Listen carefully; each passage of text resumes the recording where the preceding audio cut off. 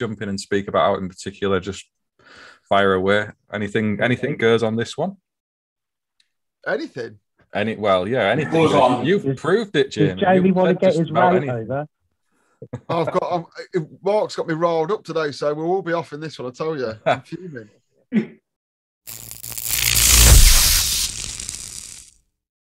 Welcome back to the Apprentice 1-to-1 podcast. It's me, Mark, and I'm joined again by Jamie. How are you, mate?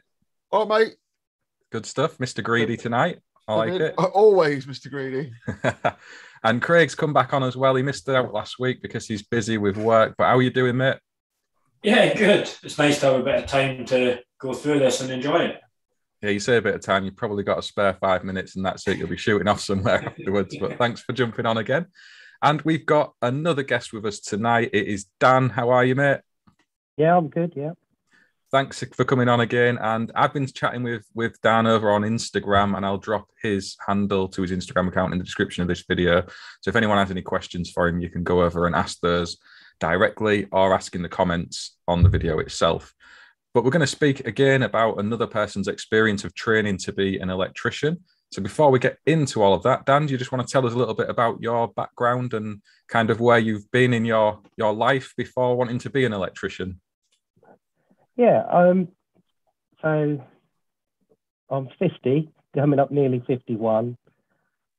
And when I first started out, I did a year and a bit as a welder fabricator. And I went into truck mechanics, and I did that for 20 plus years. I came out of that. Did a bit of self-employed, got ill, lost all my work. I've been truck driving, doing like radioactive and stuff like that. That was quite interesting, but they ended up shutting the department, so we all got made redundant. But yeah, I mean, at the minute, I've been it'll be 3 years in January next year. I got diagnosed with leukemia. So I've been through the trawl of getting over that. I'm sort of getting a lot better. So I thought, well, I sort of dabbled with the idea about 6-7 years ago of doing it, and then did something else. I just thought, well, I don't know what's going to happen, so I might also do something I'm really interested in. So that's what I'm going to do. I'm not sure which way I'm going to do it now. We've literally just about put a house on the market and moved to Northampton. So hopefully the colleges are a bit more interested up there. You had a bad experience with a college local to you at the minute then? Just can't get any response out of them. Unless I go down there and sort of walk in there, which I haven't been doing because I've meant to have been a sort of like isolating. But yeah, left messages. It says, I'll ring this person and leave a message and they get back to you. Nothing. And when you do actually get to talk to somebody, they're like in a call center and they just want to sign you up. They can't tell you anything about the course, what they offer after it, especially now I've watched all you guys, and they literally want to get you to level 3 and then that's it. They don't talk about MVQ or anything like that afterwards. So you're speaking to student services or the admissions team, I'm guessing. Is that right? You can't get to talk to anybody. Literally, they say, oh, talk to this person. And it's just, I think, I haven't bothered going back to them because I know nobody ever got back. And I just wonder whether it's with COVID and that maybe they weren't that interested. They're all working from home and stuff like that. But there was 2 people, I left messages with both, nobody got back to you. And like I say, but when you ring the college, you sort of hit a wall of like the front office, but you couldn't get any further than that. They just said, oh yeah, this is the course, you can sign up online. You know what I mean? And that was it. So the normal process, as far as I'm aware, with colleges is that you do make an application online and you say, I'm interested in going and studying this course. And then what we do from there is we invite you in. So we invite everybody who's made applications in. And you come in and then you'll talk to one of the tutors about your course, about options you're thinking of, about what you are looking for at the other end. And we go through kind of all of that process at that point. And then obviously after that couple of hours, you're then free to make whatever decisions you want as to whether you then join the course that's starting in September. I mean, I can't talk for every college, but nobody in our college works from home anymore, nor have they done since the first lockdown. So you are right, the first point of who you come to is always a student services individual who's not going to be an electrical specialist. But that's the point in bringing you into those applications and events, or go into one of the open events or open days, because what's hard for us is we will get, I think so far this year, and we opened up our applications in November, I think, so far this year, we've already had 290 electrical apprentice applications of all ages and ranges. It's impossible for an electrical teacher to speak to all 290 of those individuals unless we know the individuals are kind of serious. And I'm not saying you're not serious, but that's where we use that sort of filtration process of those who actually go through and then come along to one of the evenings or one of the Saturday mornings. That's where we can then give that extra little bit of time and detail and level of skill to get people started on their courses. So those 290 applications are for people to start with us in September already, and we will continue that process through all the way up until September and after, to be honest. So the level of application in that filtering process is often quite high, but it is normally that you get in front of the teacher once you've been to an open event, the teachers will be there manning the events, or you've gone to one of the, we call them interview days or application days. You come along for a couple of hours on a Wednesday afternoon into the early evening, so it accommodates everybody. And that's the process I've known through most colleges that I've worked in, and the college that I'm currently at just now. I don't know if that helps at all, or... I guess it's difficult because of COVID, and you've said, Dan, you were isolating yourself because of your illness. I hope you're actually, you're well now. Is that the case? You're fit and healthy? Yeah, it's pretty much, it's just fitness now because I lost so much weight. You lose all your muscle. Yeah, so hopefully some of these events sort of come back to life. I guess there's a lot of colleges who may be a bit behind the other with staffing and things, and when you move in house to a new area, perhaps that'll be the case, and you can get along to some of those and see what options are there face to face. It's often an easier conversation, I guess, than trying to get past gatekeepers on the phone who maybe aren't been as helpful as they could be. So that's a good option for you, hopefully, as you settle into the new area. What course are you on at the minute, though? You in education at the minute? Have you gone through some forms of training so far, or is this a whole new league? As far as the electrical, I haven't done anything yet. I've just sort of like tried to get information, watching you guys and stuff like that. And initially, I thought about doing like short course, like way, but I just didn't want to. It's like what was the lady's name you were talking to this morning? Kerry Cranis. Kerry. Yeah, I mean, from their point of view, if you turned up with, you went, I can't remember if she mentioned trade skills or whatever they're called, as an employer, even though you might have got the qualifications, they don't see that as like proper qualifications. Do you know what I mean? So like if you went to somebody like a professional company, are they going to say, oh, he went for a short course, they're not worth bothering with? Yeah, I think if you go in through the angle of trying to get registered with a CPS yourself, there are some dedicated courses, and you've alluded towards some of those on the messages you sent through Instagram. But certainly if you want to be working in the electrical industry, being able to attain the standard of a gold card, you don't have to actually have the gold card. We've had these discussions before. But to reach that level where you've done your MVQ and you've done your AM2, either through the retrainee route, so the 2365 or the EAL variant, then complete your portfolio, or to find an apprentice position. And I know for somebody who's in your 50s, you'll have expenses that you need to be paying month to month. So going to an apprentice salary maybe isn't a realistic prospect. And it's difficult trying to attract an employer as well in those circumstances. So it's probably your best route to look at doing some sort of 2365 EAL and then getting the portfolio and your NVQ done. But it's not an easy ride. Andy Reeks from the GIB said it best, that is not a shortcut to training. It's really difficult. It's one of the easiest things you can do is to do the apprenticeship, but it's easier said than done from someone in your circumstances. Don't know what Jamie and Craig think on that one. I spoke to you, Dan. You messaged me, didn't you? And I said, go for maintenance, didn't I? And this is the third podcast in the row where I'm doing this somewhere. I'm saying, get your foot in the door. You can weld, you can fabricate, can you just say a bit quite mechanical? Yeah.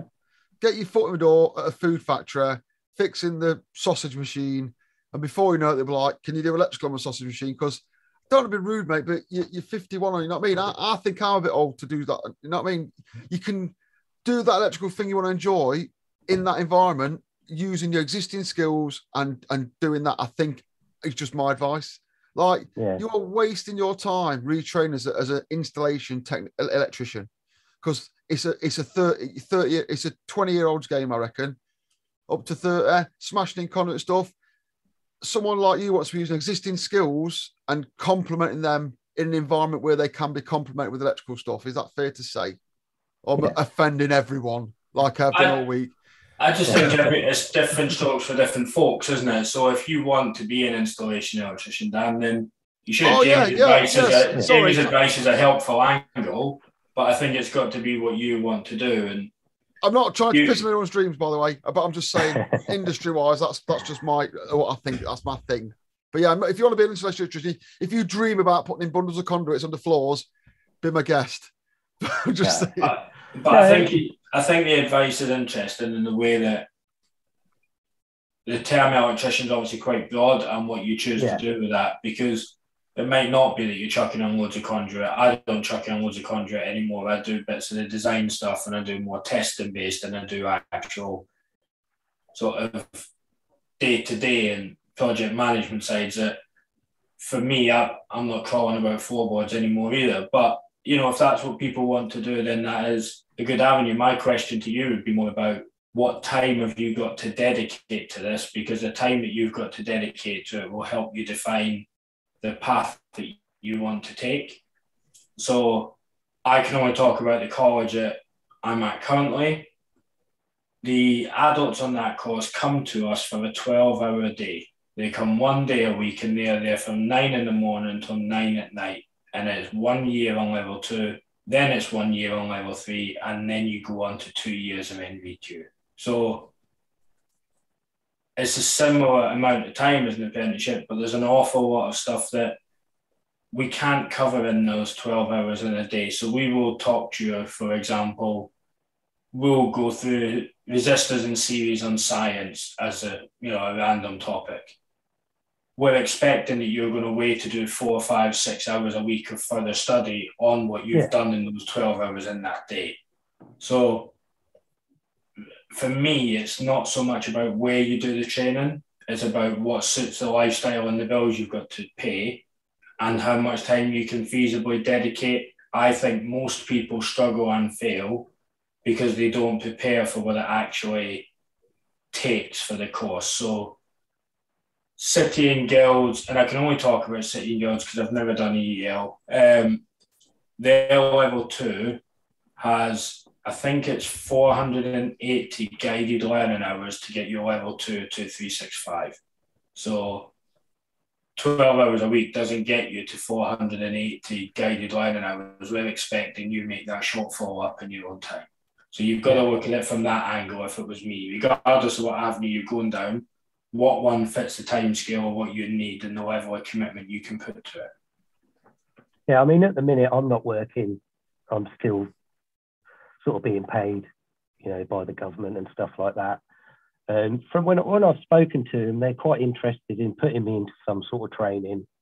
So definitely for the first year, I should be funded and not have to work. I can just go and do the courses. I was talking to, I can't remember his name, Mike, that was on last week, and he was saying about what he was doing. But he said when he went to the college, with a lot of the funding, if you're under a certain amount, then you can get funding anyway.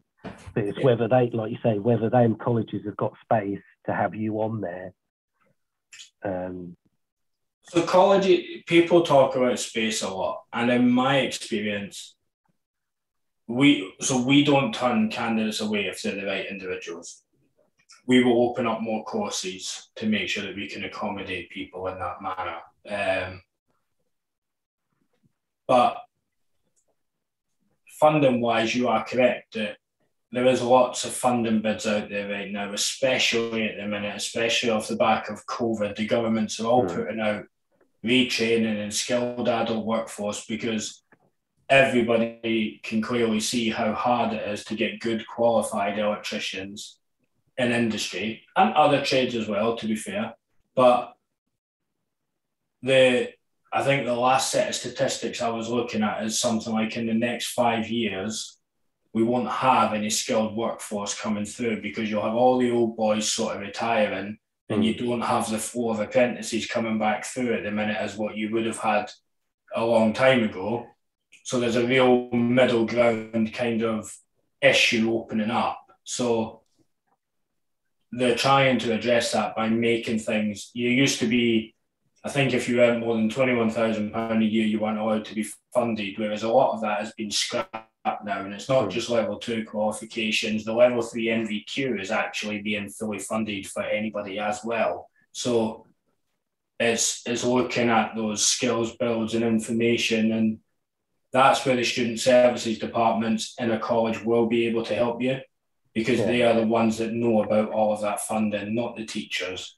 We just, when you get to us, you've had all those conversations already. You know you're able to come on the course. We just deal with the actual course side of it, if you like. So it's probably worth a conversation with the student services and the admissions about when is the courses, what are the adult courses, your individual circumstances, and what that is that you can then get done, because it may well be that you can do your level 2. And I think now with the level 2 in the 18th edition, you get the electrician's mate card on the ECS. You can take the mate's card, go and start working and probably get your NVQ paid for you as well, to then work on over a period of a year, 2 years, however long it takes you to get that aspect. But it's probably worth an individual conversation, but the likelihood is you could get all of your training funded or paid for you on what I know about funding right now without knowing your individual circumstances. I mean, I spoke to Mike. I'm sure it's Mike. I can never remember names. You mean who came on Apprentice 1-to-1 last with us? Last week. Yeah. Oh, okay. Yes. Yeah. I messaged him and I was talking to him and he was saying about funding. He couldn't get it because he earned too much money. And I think they told him because he earned over 18 grand a year. Obviously, then that knocked him out of the funding range. But I mean, I don't mind doing it if, you can't necessarily get a job in the industry, but you can do the training. I know it's ideal to be in the industry, but is there an area of the industry you're kind of wanting to work in? Is what, once you've gone through this process, where do you see yourself? What is it you're actually aiming towards? I mean, I think I quite like the inspection and testing, and that's where I'd like to get to. My previous job, like with the trucks and stuff like that, wiring, I'm pretty much, I don't know, I'm one of those people, if I watch you do it or you tell me how to do it, I can go and do it, and I can work things out, when you're doing, taking wiring looms out of trucks that's 10 meters long and finding faults in them and stuff like that. It's sort of like when I watch somebody doing it, and then I can sort of pick it up and understand what they're doing and why they're doing it. I watch like pretty much everybody's, like Dave Savory, John Ward. Dad. You know what I mean? It's sort of like I sort of pick it up. Do you know what I mean? And dare I interject here and say that if you're the first person that's come on that says I want to do this, and you've picked out a niche, so you picked out inspection testing, which is fair one. Not a lot of people want to do it. Yeah. Dare I say that you have no requirement to become an electrician. You could go and do a 2392, go and do a 2391, do some work experience, because a 2391 qualification on the form says requires no previous experience. And you could tag yourself out as an inspection tester with no formal electrical qualifications. I'll put that to Craig. Is that a thing? I think that is, isn't it? For me, no, but this is for me. So, oh yeah, I agree. But the qualification is no formal qualification required, isn't it? Yeah, but I think for me, you'd be hard pressed to find a firm who was willing to do that. My belief, and this is just my belief, Dan, is that if you've not done it installing, it's very hard to then do testing. Same as if you've not done testing, it's very hard to do designing. I think there's a hierarchy in those qualifications for a reason, whether it's formal or informal. I watch people tie themselves in knots with testing on a regular basis in a college environment and even on site at times. But for me, that's why with the NIC and NAPA and whoever else, you have QSEs and all of those sorts of things. It's got to be that process. I think if you came to me, and not you, just anybody generally, if you come to me and kind of said, look, never really done any installing in my life, but I want a job as a tester, I'm going to be a bit not sure how that works, if you know what I mean, regardless of whether you've got the right certificate. Excuse me. Yeah, and that's not doubting that you could pick stuff up, and you know it is in a lot of ways. At a lot of times, electrical can be straightforward, but in a lot of ways, at a lot of times as well, when you're in one of those deep and dark crevices and you're on your own, you need to go back to some of that experience to get you back out of that hole. Is kind of my opinion. Playing devil's advocate though, just bashing out social housing, number crunching, with the trade splitting up into domestic. I think that is, if you want to do that and dip your feet in, if you've got 2391, you could soon go along as a tester's mate, I think. There's firms, I know for a fact there's firms that take you on in that case. Social housing are desperate. I'm not saying that's proper, but we know it happens, Jamie. We know it happens. There's firms out there who will take people on without the right skills, but they'll want you to go off doing between 4 and 10 inspections a day. And from the conversations I've had with Dan, I don't think that's where you want to be. You want to kind of approach it and do things properly. When you're talking about inspection and testing, is it in a domestic environment you kind of aiming towards? Yeah, I mean, watching like Mike, for residual current and stuff like that. Because before I thought, do domestic stuff. Because my brother-in-law is like a dreaded like kitchen fitter, like does all stuff like that. And he said about it, you know, you could sort all my electrics out, because he's always getting dropped in the. I mean, like with the electrical industry, there's so many people that are doing stuff but aren't really any. It's like anything that you ever do, like mechanicking or anything like that. There's people there with the qualifications, but do you know what I mean? They end up like we used to term like anybody who they're basically fitters. You told them what to put it, where to put it, and that's all they could do. You know, and I don't want to do any shortcuts. I think if you know, I just want to do it. It's not a. It's hard to say. It's not like a career. You know, like if you're like Mike is his age and that, you know, he's got a long time ahead of me, but I'm just looking to do something I'm interested in. As harsh as it is to say, I've had leukemia, it could come back. Do you know what I mean? Yeah. But, I totally get that. It's just the passage. I mean, obviously you're on a kind of 3 or 4 year journey to become qualified as an electrician. And then generally you need at least a couple of years experience to build up that testing knowledge and get into the repetition of doing it alongside somebody else. And as Jamie said, going off working in social housing environment is no bad thing. You can go off and pick up that experience quite quickly, but it does involve some of the grayer areas of industry, shall we say. But that's a critical aspect. There is an amount of time you need to put in to reach that level of qualification. You're probably realistically looking at, 5 to 7 years before you're at that level where you can go off and inspect and test stuff on your own. Certainly, if you're looking towards registering with a CPS, going through that adult retrainee route, as Craig's told us before, it involves that 2 years of experience after the course. Is that how it works, Craig? I'm not misquoting you there, I don't think.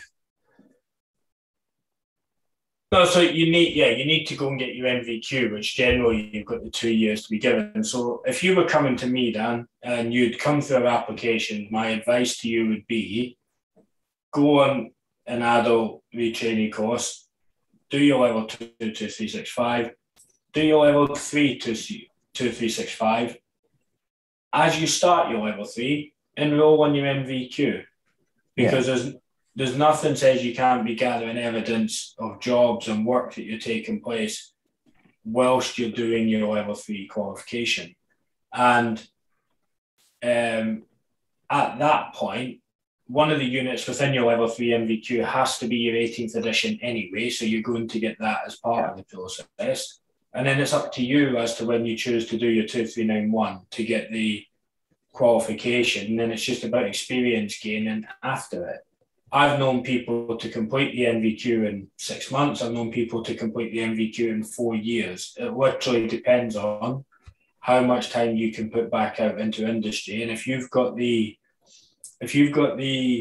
fortunate position, even if from unfortunate circumstances where you're not at work at the minute and you are sort of fit enough to be able to, I'd be going and giving my time on site a few days a week and gathering the evidence from my MVQ to let me do that. Because you could then, in theory, in 2 years, have your MVQ, your level 2, your level 3, your 18th edition, and then just be looking at developing your site experience until you were ready for testing. So if you came and sat in front of me, that would be my advice to you at this point in time from what I've heard you talking about tonight. I watched one of the earlier ones, really early ones, with Craig Wiltshire. Yeah, I spoke to Craig a long time ago now, yeah. Yeah, and he's an MVQ assessor, wasn't he? Yes. So he said that they've changed it where there was like an employer sign-off to the MVQ. Now, how does that work? If you're, say if nobody will employ me, but I can get work with one-man bands, like say I work for one man 1 week and I did a bit of MVQ stuff. You work for somebody else, you do MVQ stuff. You know, you might work for a commercial, you might work for like a domestic or something like that. If you sort of like put yourself out and sort of annoy people enough, they might give you something. How would you get it signed off? Do you know what I mean? If you're not actually employed. So the employer sign-off, as far as I'm aware, is on the job that you have done. So if you were working for me on job 1, for example, you get me to sign off your job 1 before you go move on to work with Mark to do job 2, before you go move on to Jamie, before you do job 3. The bit where your employer signature becomes really important, as far as I'm aware, is there must be an employer that signs to say you are ready to go on to your AM2 assessment. Okay. Yeah, I've had that question crop up a few times about the sign-off on the employer side. I've heard people say that the assessor who comes out to see you on occasion through the MVQ can do it, but I don't think that's the case. I'll ask, like Craig's given us the answer there that I'm sure is bang on. I can ask Craig Wiltshire as well for you if you like, Dan. I'm still in contact with him. In fact, he's coming on to talk with us very soon again, so we can find that out. But yeah, I guess that's the process you'll have to go through. I know exactly what you mean. It's a common situation. People are taking work experience from different places to then get that sign off. I never read that. So I'm interested in that because I was always assessing the individual piece of work, what was submitted to me as evidence against the criteria. Is that just what happens at the end? That's what I was doing with the tasks. The completion, so you can go on to your AM2, you need a sign off from your employer, from the college, and yourself. Without that, I'm guessing, and you can start doing tasks and getting things nipped. But at the end, you need to be employed, basically, I think. I would you don't need to be employed, not on a full-time contract. You need an employer to sign off. Employer. To say that you've done work with them and they believe that you are competent. So on the AM2 checklist on the NET website, it has on there the checklist of what you have to be able to do. And the college has to sign off to say you're ready, the employer has to sign off to say you're ready, and the candidate has to sign off to say they feel ready, which is why it's always interesting for me when people are talking about people being forced into these situations. Well, why did you sign the document? Because it needs all 3 signatures before NET will even process it. I've not seen that being enforced, if I'm totally honest. I've seen people When log you into an send off- MVQ with an AM2 already on there, and they're just getting everything else done. So Yeah, I don't know what the official line is, but when you send off to net to book your AM2 on the booking form, you have to send the employer the checklist of what they put out, and it has to have the 3 signatures on it. Now, I know people then say to me, "Oh, well, whoever checks that it's an actual employer signature." Probably nobody. But if you're going somewhere where they've made an employer signature and they've made a college assessor signature and they've made a candidate signature, there's probably something else wrong in that process. But as far as I'm aware, you have to submit as part of your AM2 application, not your NVQ, but the AM2 application to NET, a document that has all 3 signatures on it, where all 3 parties are saying that they feel you're ready for that process. Yeah. That's kind of how I think it's supposed to work as well. Hopefully it works like that on the whole and not how some of these other shadier places will do it. You asked a question as well about NAPIT and the NIC, Dan. Have you had kind of contact with some of the CPSs for some advice? Someone looking to, is that one of the first places you went for a bit of information just to retrain as an electrician? Well, no, I contacted Gary from GSH. Brilliant guy. I mean, he's given me his phone number. He said, give me a ring. So I've given him a ring, told him what I was looking for. And he says, because it was, at that time, it was changing, you know, where they've now brought it out, it's harder to get in on like one of their schemes. The NIC wasn't too bad, but they just send you their generic thing that you can get off the website. They didn't really give you any information. And I don't know, for somebody who doesn't know all the different qualifications, when you read through them and try to find out about them, you know, you literally, to do it, you just want to know, right, you need this, and this. This is the process.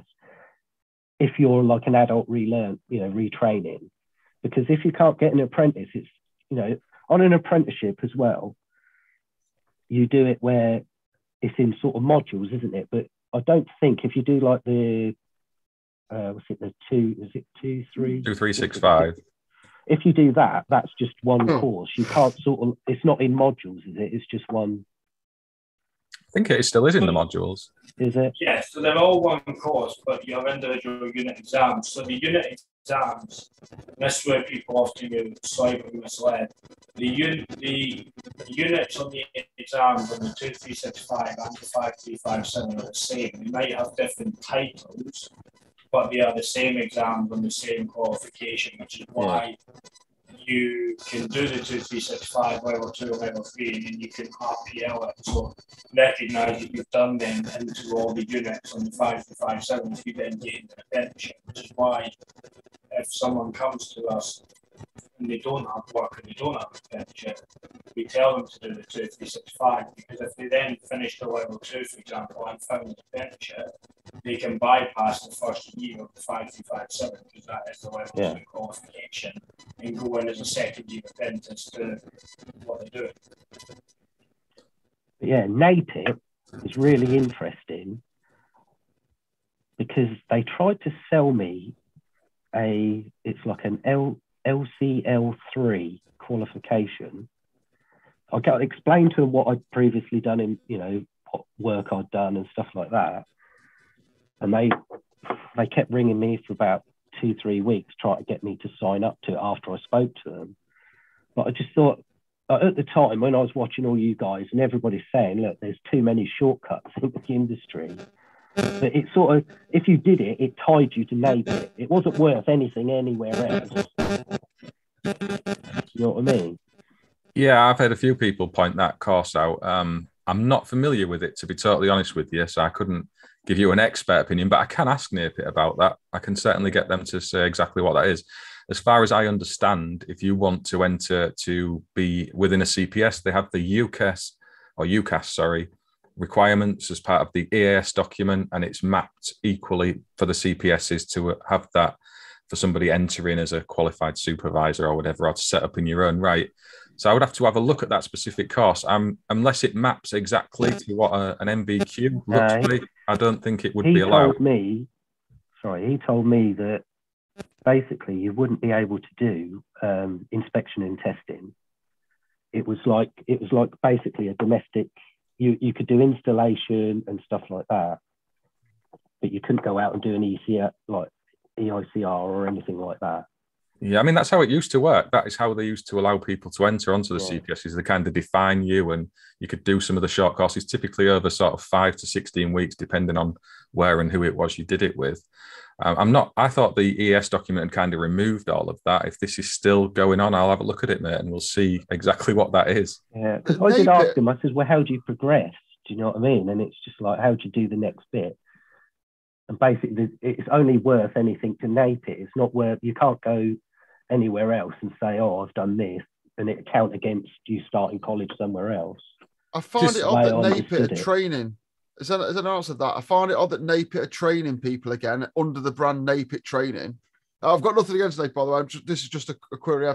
I find it odd that NAPE it training's back up as NAPE it training when didn't the NIC get the bum slap for having their own training firm at one point? It just seems to be a bit tickling their own homework. NIC do it as well.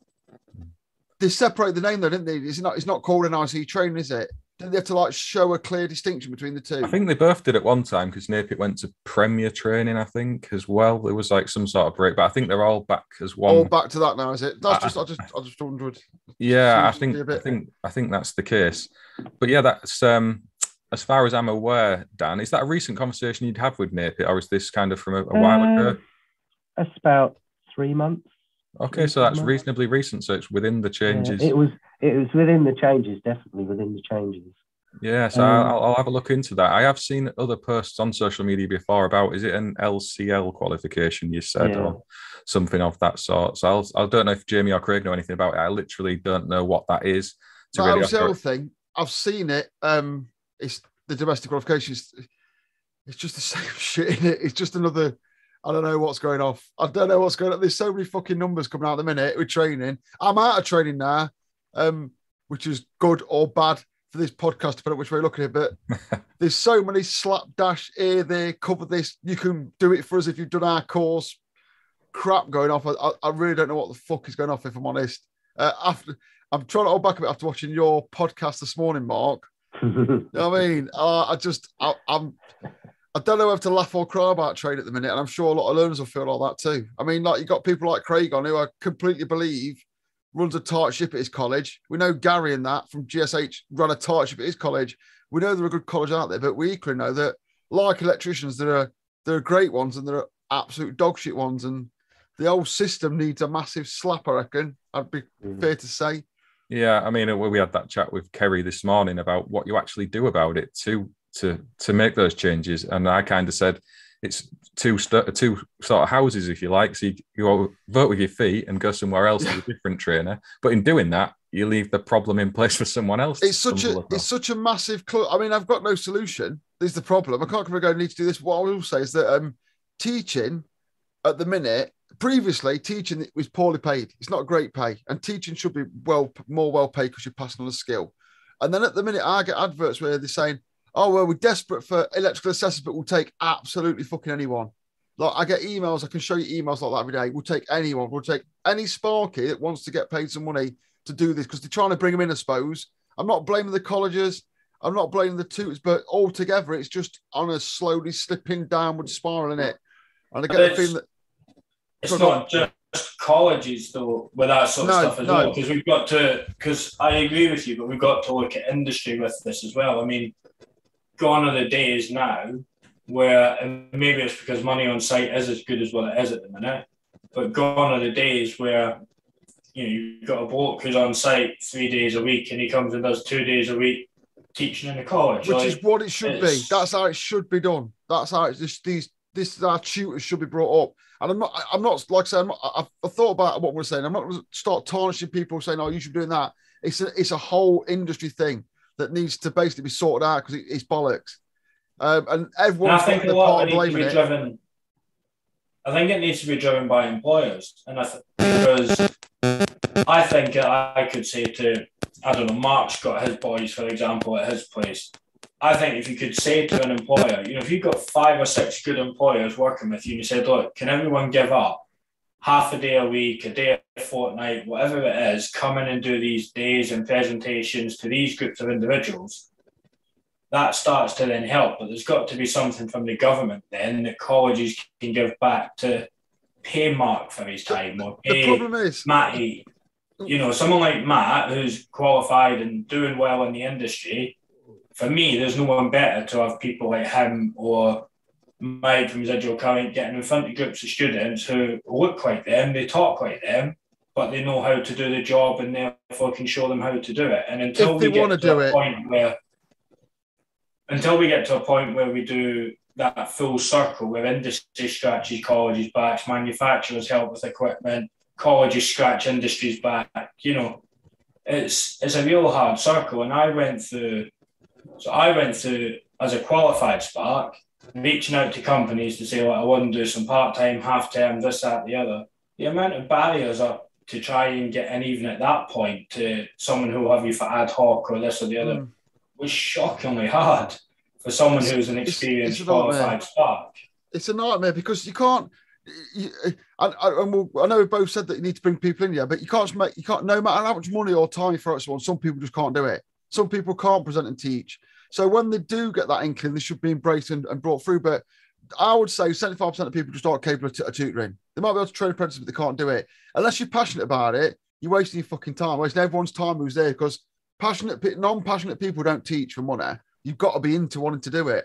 And unfortunately, the people that wanted to do it are getting few and far between now, which is why we're seeing desperation ads in rags, I think. But and I think that without being political, because I don't think it matters who sits on the chair of power for the boys' club, means that they've got to look at the way they're doing it, because there's so much paperwork and red tape put into training providers now that this has got to be signed and dotted by this or by that, otherwise you don't get funding or club audits. So this is so hard now that you get someone young and keen from industry that wants to come in and wants to do teaching and find out they do almost as many hours doing admin work as they do actually teaching, and it puts them off wanting to do that as a job role. Oh, yeah. I mean, teachers get a thrashing. I mean, an FE teacher at a normal college, they just get thrashed by. And I've been at FE and I won't go back because kids are dickheads. And unfortunately, yeah, when I was their age, I was a dickhead, but I used to get reined in because you could rein in dickheads at that point. The problem is now is you can't rein dickheads in. And they're tired by all sorts of stuff. You can't say all sorts of stuff. And I feel sorry for them. And when I was at FE, I was like, the kids are running this gaff because unfortunately, all the unicorn smoking people at the top don't want to get any trouble with the money. And it's a massive melting pot of all sorts we've got about for hours. But I'd just like to see the passion come back into teaching and people wanting to pass on skills to people. And unfortunately, where was the one place people learned to teach people stuff? It was to apprentices. We don't get apprentices anymore. We just get people who've done level 2, level 3 they paid for, rocking up to site thinking they know everything. And that like nurturing thing that's been around for hundreds of years is just gone, totally gone. So the 5-day course that came originally, I've got a lot to answer for bringing that in, really, because that was always the flow. Like you train in the next thing, and now they just took that away and took to a money making scheme and getting angry now. I can tell, but that's what they've ripped out of the industry, is the fact that every person was training, then training someone else, and it was all a big flow rolling through from shipbuilding, riveters, atters, fucking whatever, any other random bakers and all that. And now they're just going, oh no, we'll turn that into a business and fuck everyone off. And if we don't sort it out soon, there will be no skilled trades. There will be none. It's just going that way at the minute. You can really see it now.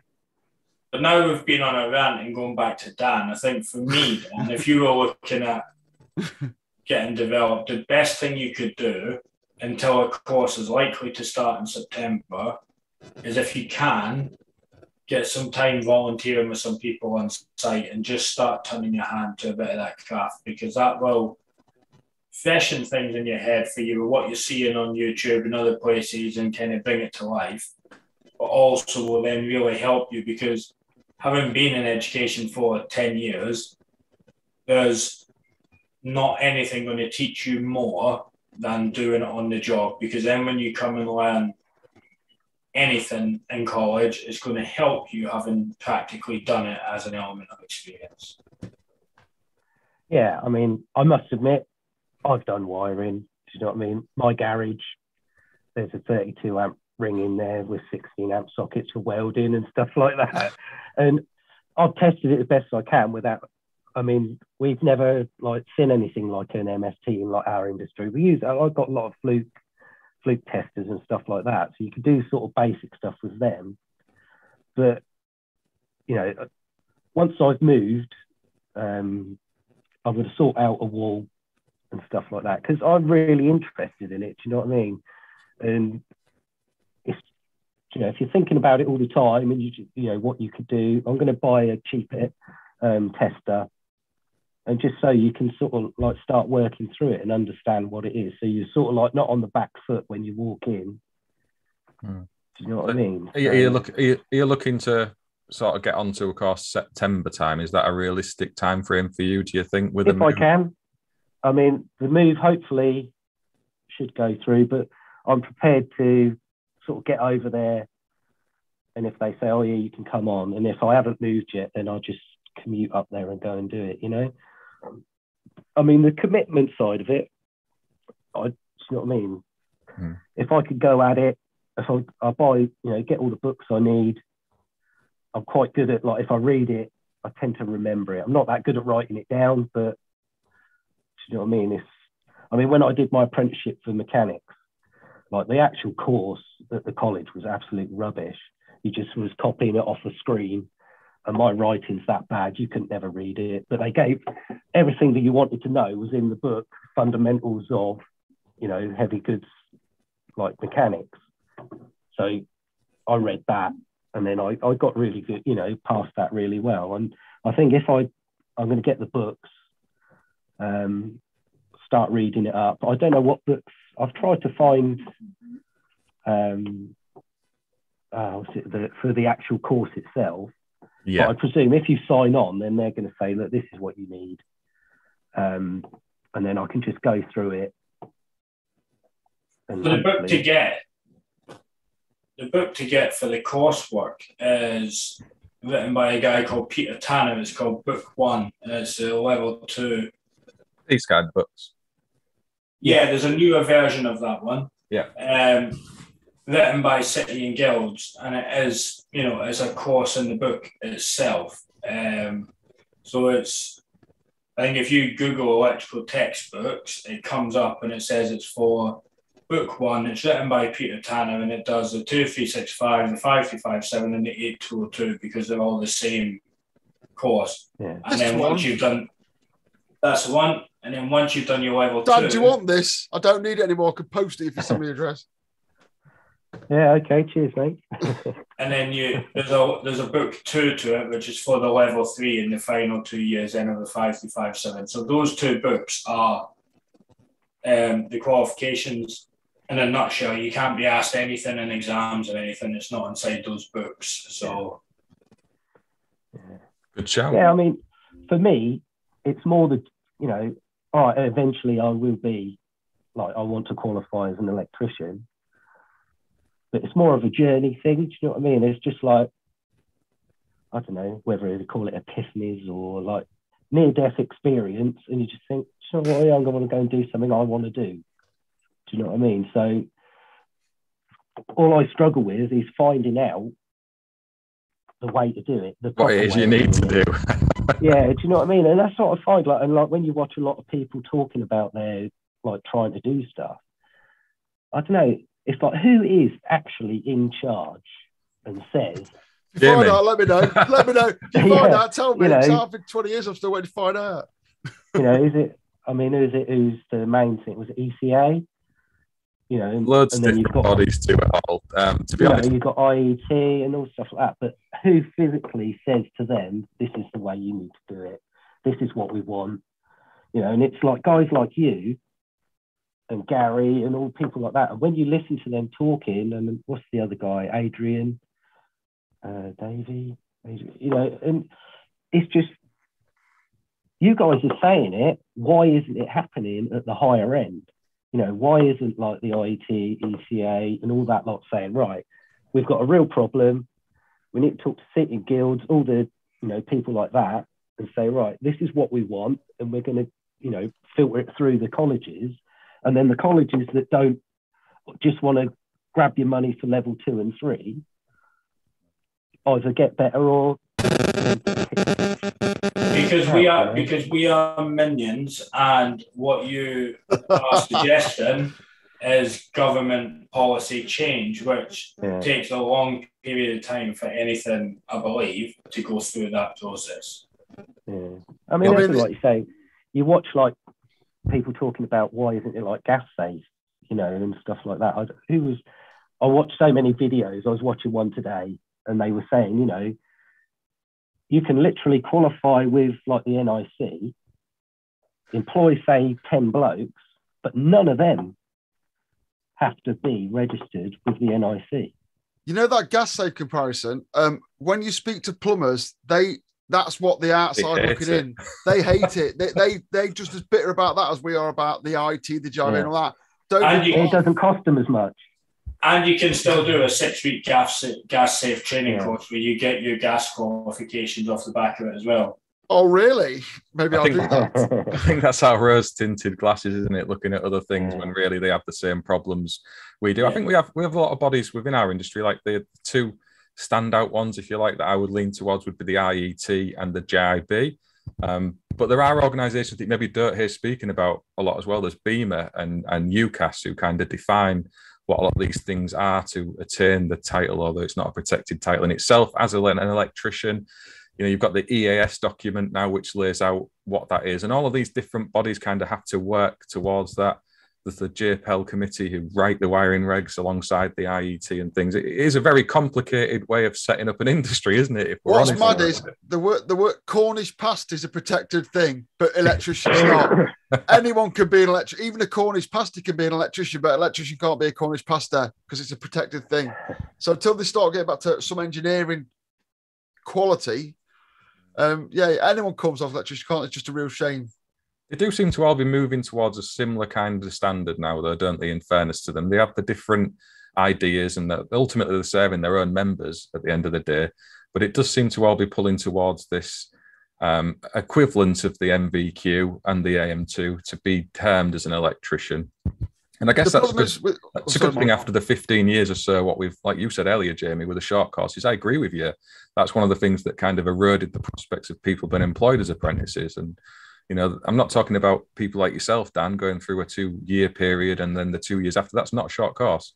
I'm talking about where they were set up to be domestic installers within 5-10 weeks, and off they went. But these were started by the NIC or the NAPIT originally, and I know people are kind of doing some time, but the problem now is they're the two scheme providers. It's like being asked whether you want shooting in the leg or your balls. Yeah. Like you can't vote with your feet because you can't vote with your feet because you've got nowhere to go. You've got to be you're forced to be tied to one of these organisations you may hate, but they're the only people who do the things. So it's all right as saying, "Oh, we should vote with his feet." We can't because we're tied to one of them. Oh, I'm not. But the average domestic sparky is. Yeah, so, it's just a shame. I've said a lot. There needs to be some acceptance by those bodies that there were mistakes made in the past and ownership of them. I think industry could be a lot more open-eared to their arguments and ideals for the future if they made those steps. But equally, it's different people now. The decisions that were made way back when was likely different individuals. They've now moved on, and you know we need to we need to give these people a chance. I think as well. I'm open to giving them. No, and it is getting better. I'll be fair, it is getting better, but they do need to step forward though and say that, hold the hands up. Like, we got this wrong back then. It didn't work out in the way that it should have done, and we were partially responsible. I think that would be a massive move for industry to see that happen. And the problem is they've gone, oh, look how great we are now. We've made everything better, but you've just messed up a load of people who were made for the training. So at their cost, but never mind. But yeah, and I don't think anyone on here, and most decent electricians, we don't mind retrainers. No one minds retrainers. People want to retrain properly. People don't like people who have done 5-day kitchen fitters courses, and obviously plumbers. The conspiracy to it also is they won't ever make that apology, because then they would have to help those people at their financial detriment to maybe reach the level they should have been. It's like tobacco companies. It's like tobacco companies admitting that smoking kills you. They'll never do it, will they? Or they didn't do it till the 80s, did they? Not mean that kind of thing. But for me, it's about people's work ethic, isn't it? Because gold carded, level 2, level 3 qualified, degreed, HNCs, HNDs, it doesn't matter. You employ the person. Like, obviously it matters as far as defining your scope of what you can competently do officially on sites we go to where there's permits to work and all of that sort of stuff. But if I've got two blokes in front of me, or women, what I'm bothered about is who's going to put the time in and put the graft in to do the job well. And that's where you're going to invest your time helping those individuals. I wouldn't disagree with that. That's a fair statement. I mean, it's like Jamie said before, I can't remember one of the podcasts before, is, you know, I'm going to go and do some of these other courses he mentioned, like go and do your health and safety. I don't know what I might call them something else, but I call them scissor lifts and stuff like that.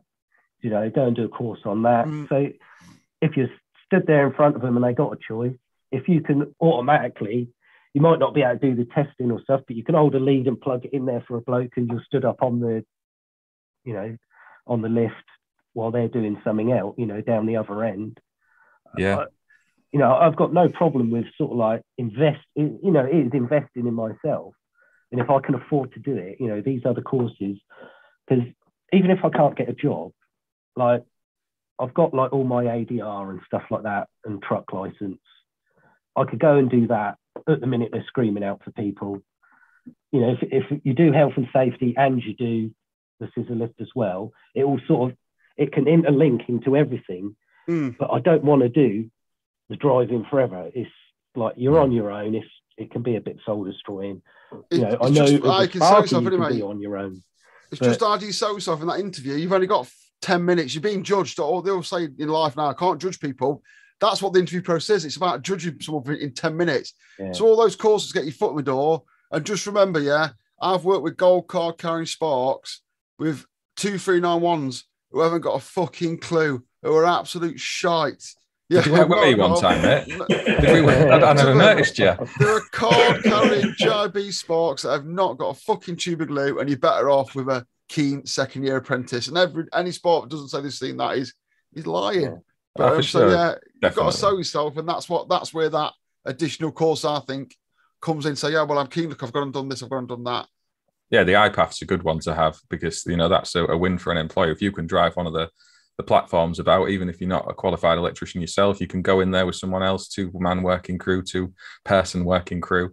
You know, that's a big plus, definitely. And your health and safety as well. Cross all those T's and dot all those I's to put yourself in the best place. Yeah, I'm not sure. One of them may still be valid. I mean, I've got up to about 4-ton forklift license. I don't think it's valid anymore. I had a 12-ton forklift license. The company I worked for did machinery handling as well. You know, we were their workshop. But do you know what I mean? It's all kind of things that might help you out. You never know, mate. Is there any other questions you've got for us? Because we've kind of gone on for a while on this one. Anything else you wanted to ask? No, it's not your fault. I've enjoyed the conversation, but I realised people won't listen much longer, so we can draw it to a close. Yeah, I mean, like you say, I'm just so thankful you guys are doing this. I mean, it's just somewhere to come that, you know, people are talking about it, whereas when you try to find information out, it's so hard to find information out. You know, if you talk to certain people, all they seem to want to do is like, oh, yeah, it's this much, you know. Not selling out. I'm not selling out. You selling out? I'm not selling out. But do you know what I mean? What you say is true, Jamie. I mean, it's just a lot of people who just, you know, like, hopefully, like you say, there's quite, I mean, I think Tresham is near Northampton. You've got, there's one in Milton Keynes, there's one in Northampton. So there's quite a few colleges around there. So Northampton, where you've got Northampton College and you've also got Moulton College. Yeah. You've got 2 colleges there to make a choice out of. I know that Gary done a college connection to one of them this week or last week to Northampton, so, you know, they are doing it. They are about up there. Moulton College is quite a big college as well, so you've got a couple of them for choice. And then, as you say, Bedford is not too far away from it, because Tresham and all of that come under the Bedford College group now. And you've possibly got Peterborough, not all that million miles away as well. But just go and give them a go, mate. Your starting point is your level 2 to 365 as far as electrical is concerned. And then as you're working your way through that going on, outside of that, we're just 3 blokes having a chat and hoping one person will listen to what comes out. So, you know, it's... I mean, that's the thing. I just want to get to the point, if I could get to the point like it was doing the mechanics, you know, Dan knows how to do that. you know what I mean? Oh, Dan can do that. Do you know what I mean? So like, I'd like it that I can get to the point where if somebody wants to, you know, if you're working for somebody, oh yeah, he can do that. You know what I mean? But the only other thing I wanted to ask is if you heard anything back from the guy you spoke to a long time ago, Leo. Yes, yeah, Leo. I had a chat with him. It's probably 2 or 3 months ago now, but he's still progressing on. He found another employer in the end. He lost his position with where he was. I think I think at the time I spoke to him, there was prospect of redundancy and they were struggling and whatnot. I think that actually happened, but he's gone off, found employment somewhere else, and he is still on his journey. Oh, that's good. So we'll get him on again at some stage. The idea of this is we will touch base with people here and there and catch up with them how they're going. He's on his level 3, so he's towards the end, nearer the end than the beginning. Yeah, that's good. I mean, like I followed Ash, Aidan. You know, I mean, Aidan seems like really switched on. You know, so I don't know. I think there's an opportunity for me somewhere. You know, I just need to go through the process, like Jamie says, go and knock on some doors. Yeah, the maintenance, telling you, backdoor it. Keep flogging this source, people. You've got them skills, getting somewhere. And then once you know the guy that likes doing electrics, they'll just be coming to you for all the bits and bobs. Maintenance is crying out in multi-skilled maintenance, FM and all that. They love it. They love people that want to try their hand at things, and they're crying out people like yourself. There is a role for anybody, absolutely. There really is. You can. It's never too late to requalify if you're determined enough, but it will take you a while, mate. There isn't any shortcut to it, unfortunately. Yeah, I mean, it's just do you know what I mean? The main thing is the journey. Do you know what I mean? Doing what I'm going to do. You know, it sounds like you're looking forward to that aspect of it. So that's I really am, and I mean, you know, I've got an Instagram. I've got a YouTube account. All there is on it is I don't know if you know the guy Tony from Joint Tech. Yes, Tony's fucking. We all know Tony. He is awesome, and I mean, I spoke to him, and he was doing a job, and I said, "Oh," and it's just we used to make. I don't know, you know what a crow's foot is? Like the way he's landing, it's basically the end of a spanner with an attachment on it, so you can put an extension in it. And he was doing a job with cables, and I said, if you had a crow's foot, you could do a ratchet lower down, because obviously you've got these 240 cables, like 4 cores in there, and you can't move them. And, you know, so I've been talking to him about that, and I just put him a video trying to explain badly what I was going to do.